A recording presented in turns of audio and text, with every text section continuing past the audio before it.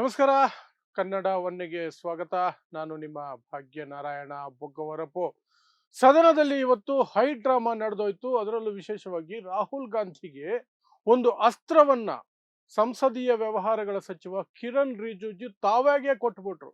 ಮೋದಿ ಅವರಿಗೆ ಬಕೆಟ್ ಹಿಡಿಯುವ ಭರದಲ್ಲಿ ಒಂದು ಅಸ್ತ್ರ ಕೊಟ್ಬಿಟ್ರು. ಆ ಅಸ್ತ್ರವನ್ನು ಬಳಸ್ಕೊಂಡು ರಾಹುಲ್ ಗಾಂಧಿ ಈ ಕಡೆ ಬಿಜೆಪಿಯವರಿಗೆ, ಈ ಕಡೆ ಸ್ಪೀಕರ್ ಸ್ಥಾನದಲ್ಲಿ ಕೂತಿದ್ದಂತಹ ಜಗದಾಂಬಿಕಾ ಪಾಲ್ ಅವರಿಗೂ ಸಹ ಇಲ್ಲದ ತಲೆನೋವು ಕೊಟ್ಬಿಟ್ರು. ಇದರ ನಡುವೆ ನರೇಂದ್ರ ಮೋದಿ ಅವರು ಭಾರತ ಮಾತೆಯನ್ನ ಮಾರ್ಬಿಟ್ಟಿದ್ದಾರೆ ಅಮೆರಿಕ ಮುಂದೆ. ಅಮೆರಿಕ ಜೊತೆ ಟ್ರೇಡ್ ಡೀಲ್ ಮಾಡ್ಕೊಂಡಿರೋದು ಅದಾನಿಯನ್ನ ಬಚಾವ್ ಮಾಡೋದಕ್ಕೆ. ಇಂತಹ ಆರೋಪಗಳನ್ನ ಮಾಡೋದಕ್ಕೂ ಸಹ ಒಂದು ವೇದಿಕೆಯನ್ನ ಸಜ್ಜು ಮಾಡಿಕೊಟ್ಬಿಟ್ರು. ದೊಡ್ಡ ರಾದ್ಧಾಂತ ಆಗೋಯ್ತು. ಸೊ ಏನ್ ನಡೀತು ಇವತ್ತು ಸದನದಲ್ಲಿ? ಸೊ ನಿಮಗೆ ಗೊತ್ತಿದ್ರೆ ಹೇಗಾದ್ರೂ ಮಾಡಿ ವಿಪಕ್ಷಗಳು, ಅದರಲ್ಲೂ ವಿಶೇಷವಾಗಿ ವಿಪಕ್ಷ ನಾಯಕ ರಾಹುಲ್ ಗಾಂಧಿ ಅವರನ್ನ ಮಾತನಾಡದಂತೆ ನೋಡಿಕೊಳ್ಳಬೇಕು ಅನ್ನುವಂತಹ ಪ್ರಯತ್ನ ಮೊದಲ ದಿನದಿಂದ, ಬಜೆಟ್ ಅಧಿವೇಶನದ ಮೊದಲ ದಿನದಿಂದಲೂ ಸಹ ದೊಡ್ಡ ಮಟ್ಟದಲ್ಲಿ ನಡೀತಾ ಇದೆ. ಅದು ಇವತ್ತು ಸಹ ಮುಂದುವರಿಯಿತು. ಆದರೆ ಇವತ್ತು ಕಿರಣ್ ರಿಜಿಜು ಒಂದು ಎಡವಟ್ಟು ಮಾಡಿಕೊಂಡ್ರು. ಏನು? Rahul Gandhi trade deal actually Epstein files ಮತ್ತು ಅದಾನಿ ಕೇಸುಗಳನ್ನ ಅಡ್ಡ ಇಟ್ಕೊಂಡು ನರೇಂದ್ರ ಮೋದಿ ಅವರನ್ನ ಹೆದರಿಸಿ ಭಾರತವನ್ನ ನಷ್ಟಕ್ಕೆ ದೂಡಿ ಮಾಡಿಕೊಂಡಿರುವಂತಹ ಒಂದು ಟ್ರೇಡ್ ಡೀಲ್. ಅಲ್ಲಿ ಆಕ್ಚುಲಿ ಅರೆಸ್ಟ್ ವಾರೆಂಟ್ ಅದಾನಿ ವಿರುದ್ಧ ಇದೆ. ಆದರೆ ಅದು ಮೋದಿಯನ್ನ ಟಾರ್ಗೆಟ್ ಮಾಡೋದಕ್ಕೆ ಮಾಡಿರುವಂತಹದ್ದು, ಮೋದಿಯನ್ನ ಹೆದರಿಸೋದಕ್ಕೆ ಮಾಡಿರುವಂತಹದ್ದು. ಯಾಕೆಂದ್ರೆ ಅದಾನಿಯನ್ನ ಟಾರ್ಗೆಟ್ ಮಾಡಿದ್ರೆ ಮೋದಿ ಸಿಲುಕೊಳ್ತಾರೆ, ಮೋದಿ ಎಲ್ಲದಕ್ಕೂ ಒಪ್ಕೊಳ್ತಾರೆ, ಸರೆಂಡರ್ ಆಗ್ತಾರೆ ಅನ್ನುವಂಥದ್ದಕ್ಕೆ ಇವರು ಅಮೆರಿಕದವರು ಆ ರೀತಿ ಮಾಡಿಟ್ಟಿದ್ದಾರೆ ಅಂತ ರಾಹುಲ್ ಗಾಂಧಿ ಮೋದಿಯನ್ನು ಸಹ ಎಳ್ಕೊಂಡು ಬಂದು ಟಾರ್ಗೆಟ್ ಮಾಡಿದ್ರು, ಅಟ್ಯಾಕ್ ಮಾಡಿದ್ರು. ಇದರ ನಡುವೆ ಸಂಸದೀಯ ವ್ಯವಹಾರಗಳ ಸಚಿವರು ಒಂಚೂರು ವಿಲವಿಲ ಅಂತ ಆಯ್ತು. ಇಡೀ ಬಿಜೆಪಿ ವಿಲವಿಲ ಅಂತ ಆಯ್ತು. ಯಾಕಂದ್ರೆ ದಾಳಿ ಜೋರಾಗಿ ನಡೀತಾ ಇತ್ತು. ಸ್ಪೀಕರ್ ಸ್ಥಾನದಲ್ಲಿ ಜಗದಾಂಬಿಕಾ ಪಾಲ್ ಕೂತಿದ್ರು. ಯಾಕೆ ಅಂದ್ರೆ ಓಂ ಬಿರ್ಲಾ ಸದನಕ್ಕೆ ಬರ್ತಾ ಇಲ್ಲ, ಆ ಸೀಟಲ್ಲಿ ಕೂರ್ತಾ ಇಲ್ಲ. ಕಾರಣ ವಿಪಕ್ಷಗಳು ಅವಿಶ್ವಾಸ ನಿರ್ಣಯಕ್ಕೆ ಅರ್ಜಿಯನ್ನು ಸಲ್ಲಿಸಿದಾರಲ್ಲ, ಹಾಗಾಗಿ ನಾನು ಸದನಕ್ಕೆ ಬರೋದಿಲ್ಲ ಅಂತ ಓಂ ಬಿರ್ಲಾ ಅವರು ಕೂತಿದ್ದಾರೆ. ಸೊ ಹಾಗಾಗಿ ದಿನಕ್ಕೊಬ್ಬರು ಸ್ಪೀಕರ್ಗಳು ಕೂರ್ತಿದ್ದಾರೆ.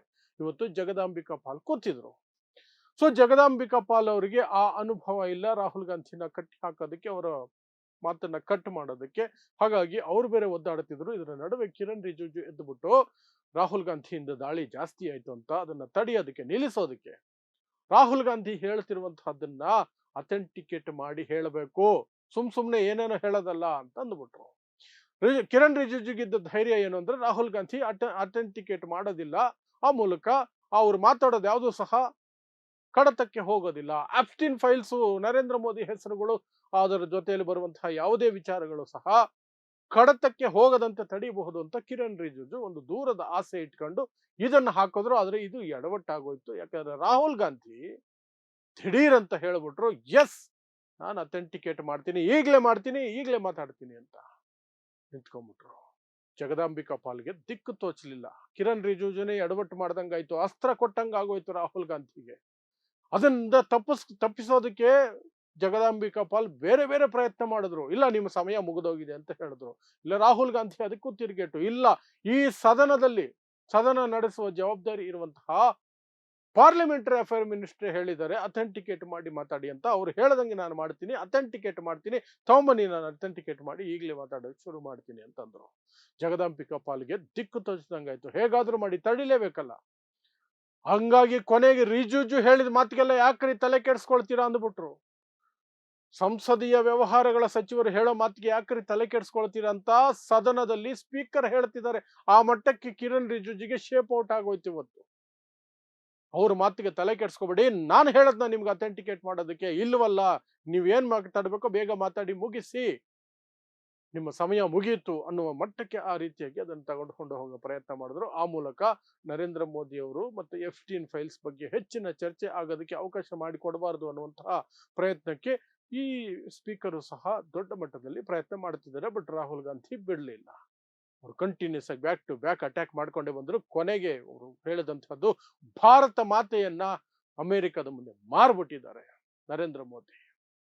ಅವರ ಕುತ್ತಿಗೆಗೆ ಬಂದಿರೋದ್ರಿಂದ, ಅವರ ಕತ್ತು ಅಮೆರಿಕದವರ ಕೈಯಲ್ಲಿ ಸಿಗಾಕೊಂಡಿರೋದ್ರಿಂದ, ಎಫ್ಸ್ಟೀನ್ ಫೈಲ್ ವಿಚಾರವಾಗಿ, ಅದಾನಿ ವಿಚಾರವಾಗಿ ನರೇಂದ್ರ ಮೋದಿ ಅವರ ಕತ್ತು ಅಮೆರಿಕದವರ ಕೈಯಲ್ಲಿದೆ, ಟ್ರಂಪ್ ಕೈಯಲ್ಲಿದೆ. ಅದರಿಂದ ಬಚಾವ್ ಆಗೋದಕ್ಕೆ ಭಾರತ ಮಾತೆಯನ್ನ ಮಾರ್ಬಿಟ್ಟಿದ್ದಾರೆ. ಗಂಭೀರವಾದ ಆರೋಪವನ್ನ ರಾಹುಲ್ ಗಾಂಧಿ ಮಾಡೇ ಬಿಟ್ರು. ಒಟ್ಟಿನಲ್ಲಿ ರಾಹುಲ್ ಗಾಂಧಿಗೆ ಒಂದು ಅವಕಾಶನೂ ಕಿರಣ್ ರಿಜಿಜು ಎಡವಟ್ಟಿನಿಂದ ಒದಗಿಸಿಕೊಟ್ರು. ಏನು ಅಂದ್ರೆ ಅಥೆಂಟಿಕೇಟ್ ಮಾಡಿ ಮಾತಾಡ್ರಿ ನೋಡೋಣ ಅಂತ ಚಾಲೆಂಜ್ ಹಾಕಿದ್ರಲ್ಲ, ಅಲ್ಲಿ ಒಂದಷ್ಟು ಎಡವಟ್ಟಾಗೋಯ್ತು. ಅದರಿಂದ ತಪ್ಪಿಸೋದಕ್ಕೆ ಸ್ಪೀಕರ್ ಜಗದಾಂಬಿಕಾ ಪಾಲ್ ಅಲ್ಲಿ ಆ ಸ್ಥಾನದಲ್ಲಿ ಕೂತಿದ್ದಂಥವ್ರು ಇಲ್ಲದ ಪ್ರಯತ್ನಗಳನ್ನು ಮಾಡಿದ್ರು ಸಹ Rahul Gandhi back to back ಏನೋ ಒಂದು ಡೈಲಾಗ್ಗಳನ್ನ ಹೊಡೆದ್ರು.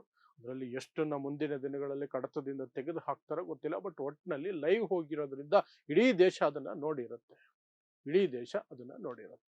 ಇದಿಷ್ಟು ಸದನದಲ್ಲಿ ಇವತ್ತು ಕಿರಣ್ ರಿಜಿಜು ಮಾಡಿದ ಎಡವಟ್ಟಿನಿಂದ ಬಿಜೆಪಿಗೆ ಆದಂತಹ ನಷ್ಟ, ಮೋದಿಯವರನ್ನ ಸಿಲುಕಿಸಿದ ರೀತಿಯಲ್ಲಿ ಕಿರಣ್ ರಿಜಿಜು ಅವರು ಹೇಳಿದ ಮಾತಿತ್ತು. ಅದನ್ನು ಬಳಸ್ಕೊಂಡಂತಹ ರಾಹುಲ್ ಗಾಂಧಿ ಸರಿಯಾಗಿಯೇ ಒಂದಷ್ಟು ದಾಳಿಯನ್ನ ನಡೆಸಿದ್ದಾರೆ ಅವರಿಗೆ ಸಿಕ್ಕ ಅವಕಾಶದಲ್ಲಿ ಅಷ್ಟೇ. ಸೊ ನೋಡ್ತಾ ಇರಿ ಸಮ ಸಮಾಜಕ್ಕಾಗಿ ಕನ್ನಡ 1 ನ್ಯೂಸ್. ನಮಸ್ಕಾರ.